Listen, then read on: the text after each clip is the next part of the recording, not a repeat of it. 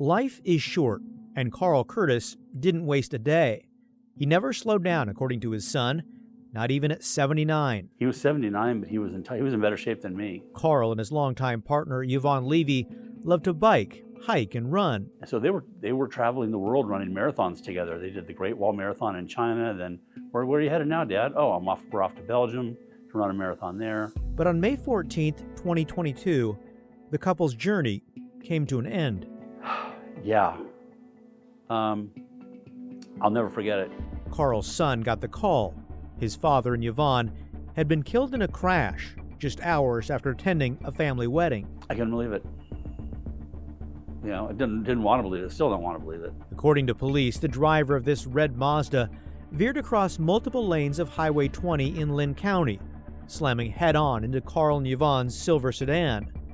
The driver of that red Mazda, Robert Prettyman, survived, along with his 3-year-old daughter, who was a passenger in the car. Investigators said Prettyman was impaired. A search of his car found 46 used Whippet brand nitrous oxide canisters, court records show, and another 78 unused chargers in his daughter's Minnie Mouse backpack. A judge sentenced Prettyman to 8 years in prison for manslaughter. The fact that this guy had over 70 cans of this nitrous in his daughter's backpack. I was like, who does this? Nitrous oxide chargers are intended for bakers and baristas to make whipped cream, or so the label says. But it's being misused by people inhaling the gas to get high. I didn't even realize I didn't know what whippets were, until this happened. KGW found nitrous oxide widely available at gas stations, convenience stores, and mini-marts in sizes absurd for chefs, but ideal for huffing. Big sucker, huh? Space gas, strawberry stardust. Several companies distribute nitrous oxide and promote their brands with bright neon signs and colorful storefront displays. Some bold advertising for Whippet. The sale of nitrous oxide for recreational use, or huffing, is technically illegal, but businesses can get away with it by saying it's for food purposes.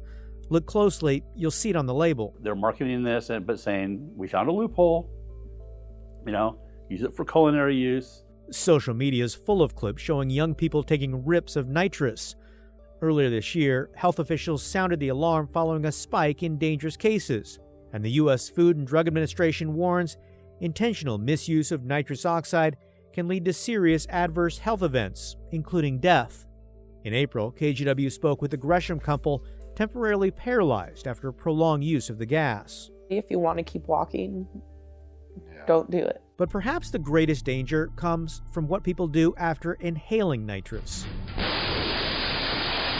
In 2020, a driver who'd been huffing nitrous oxide crashed into an urgent care near St. Louis, Missouri, killing 25-year-old Marissa Paulette.